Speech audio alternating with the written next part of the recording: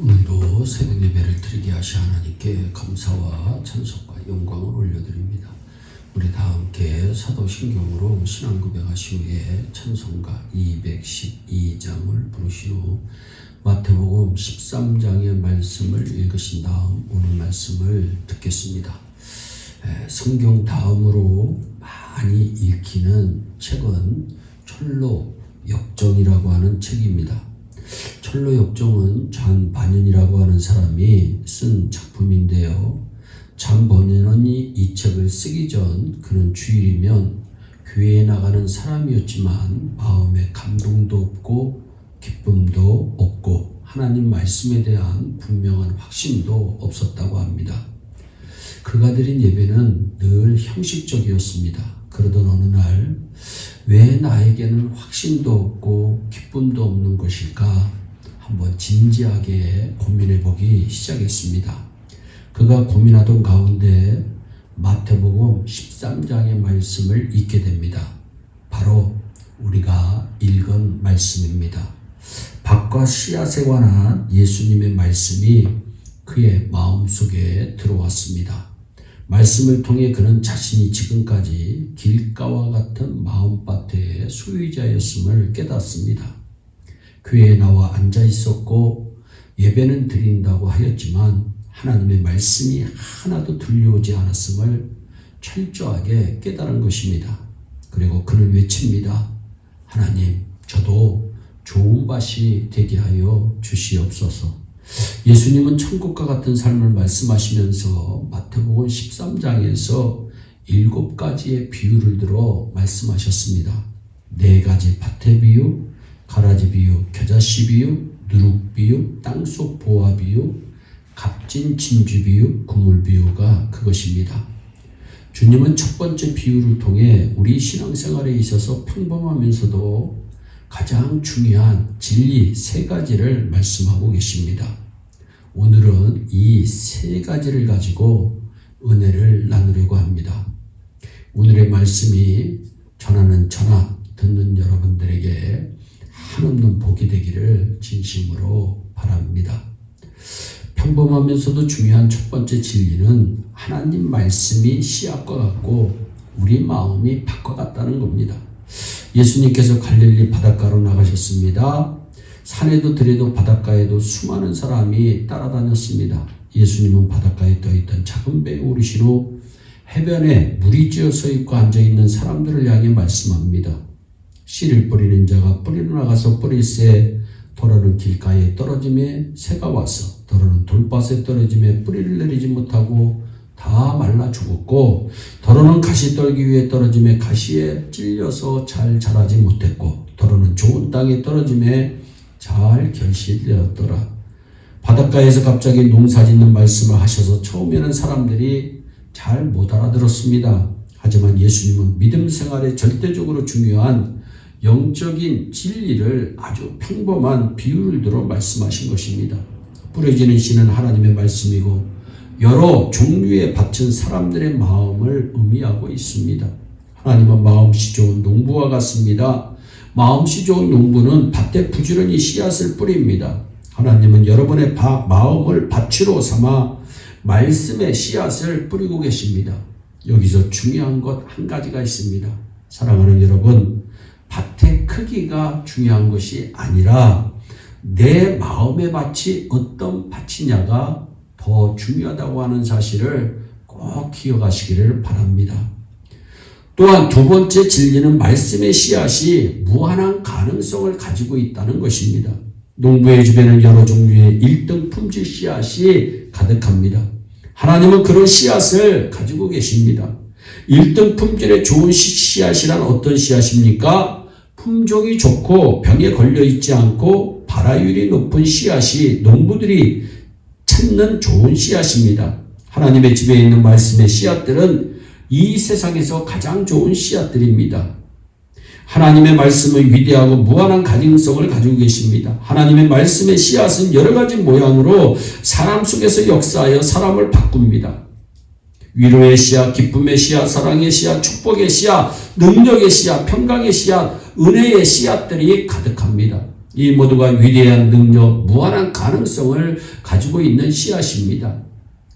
히브리서의 말씀입니다. 하나님의 말씀에는 운동력이 있다. 좌우에 날선 어떤 검보다도 예리하다고 분명히 말씀합니다. 1등 품질의 말씀의 씨앗이 우리와 우리 교회 안에서 최고의 열매를 맺기를 진심으로 축복합니다. 마지막으로 우리가 하나님 앞에서 우리는 각자의 마음이 좋은 밭이 되도록 노력해야 된다. 내 마음의 밭이 매일 어떤 밭인가를 본인이 늘 스스로 점검해 보아야 합니다. 여러분, 오늘 좋았다고 내일도 좋은 밭이 아닙니다. 여러분, 날마다 좋은 밭이 되기 위해서는 내 마음의 밭을 관리를 잘 해주어야 됩니다. 아무리 좋은 집도요, 사람이 살지 않으면 3년만 지나면 폐가가 됩니다. 여러분, 아무리 좋은 밭이라고 오늘 자라겠어도 내가 영적으로 가꾸지 않으면 언제 내 마음의 밭이 정말 쓸모없는 밭이 될지가 모르는 것입니다. 하나님은 좋은 씨앗들을 부지런히 뿌리시되 우리 마음의 밭에 뿌리신다고 성경은 말씀합니다. 그래서 가장 중요한 것은 내 마음의 밭을 잘 만드는 겁니다. 같은 씨앗이고 같은 땅이고 같은 물을 주었는데도 밭에 따라서 수확량이 완전히 달라집니다. 예수님은 네 종류의 밭이 있다고 분명히 우리에게 말씀하셨습니다. 길가, 돌밭, 가시떨기, 무성한 밭, 좋은 밭. 길가란 밭과 밭 사이에 마차나 사람이 지나다니는 길을 뜻한다는 거 여러분이 잘 압니다. 씨앗을 흩뿌리다 보면 바람에 날려 씨앗이 길가에 떨어집니다. 씨앗은 흙 속에 파묻혀야 열매를 맺는데 길가에 떨어지니까 새들이 쪼아 먹습니다. 주님은 우리 마음이 길같이 단단해지면 그 좋은 씨앗을 사탄이 다 빼앗아 간다고 말씀합니다. 닳고 다른 마음, 단단해진 마음은요, 갈아엎어야 합니다. 여러분, 영적으로 갈아엎어야 됩니다. 그래서 호세아서 10장 12절에 너희가 자기를 위하여 의를 심고 긍휼을 거둬라. 지금이고 여호와를 찾을 때니 너희 묵은 땅을 기경하라. 마침내 여호와께서 임하사 의를 빛처럼 너희에게 내리시리라 분명히 말씀합니다. 또한 돌밭이 있다고 말씀합니다. 흙이 있으나 돌이 너무 많이 있는 밭이 돌밭입니다. 뿌리가 내려가다가 막히고 마는 밭이 돌밭입니다. 우리 마음에 남아있는 환난 핍박들이 다 마음밭에 뒤섞여 있는 돌멩이 돌입니다. 골라내야 합니다. 여러분, 골라내지 않으면 뿌리가 내릴 수가 없습니다. 신앙이 자랄 수가 없습니다. 신앙이 자라기 위해서는 돌멩이들을 골라내야 됩니다. 셋째는 가시덤불밭입니다. 가시덤불이 뒤덮여 있으면 나뭇가지와 잎이 무성하게 뻗어나갈 수가 없어서 열매들을 잘 맺을 수가 없습니다.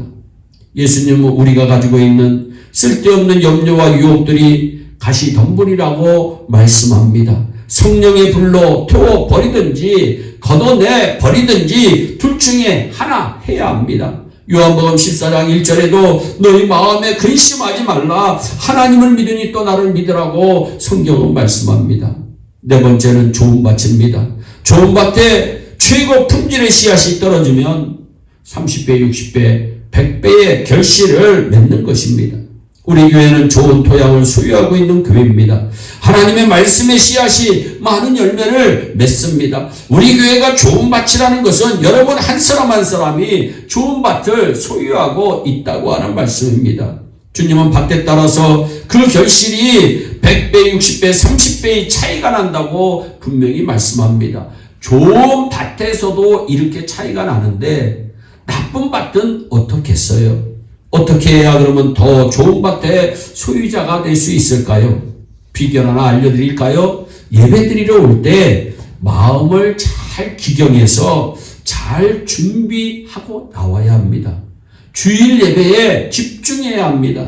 말씀을 들을 때에 나의 것으로 받아들여야 합니다. 그리고 잘 간직하고 되새기고 실천하면 반드시 큰 축복이 우리에게 임할 줄로 믿습니다. 예일교회 모두가 개인적으로 좋은 밭의 소유자가 되어 100배의 결실을 하기를 예수님의 이름으로 축원합니다. 기도하겠습니다. 사랑의 하나님 참 감사합니다. 오늘도 마태복음 13장의 말씀을 통해서 우리를 교훈하여 주심을 감사합니다. 하나님, 우리 예일교회 온 성도들의 마음에 받던 좋은 밭이 되네 100배의 결실을 맺는 좋은 밭이 될 수 있도록 주여 복을 내려 주시옵소서. 수많은 열매들을 잘 맺을 수 있도록 은총을 베풀어 주시옵소서. 2021년도에 못 이룬 것들 2022년도에는 많은 열매를 맺을 수 있도록 주여 역사하여 주시옵소서. 감사하고 예수님의 이름으로 기도하옵나이다. 아멘. 우리 다 함께 주기도문으로 예배를 마치시고 각자 개인 기도하시 후에 오늘도 주 안에서 승리하는 복된 하루 되시기를 바랍니다. 감사합니다.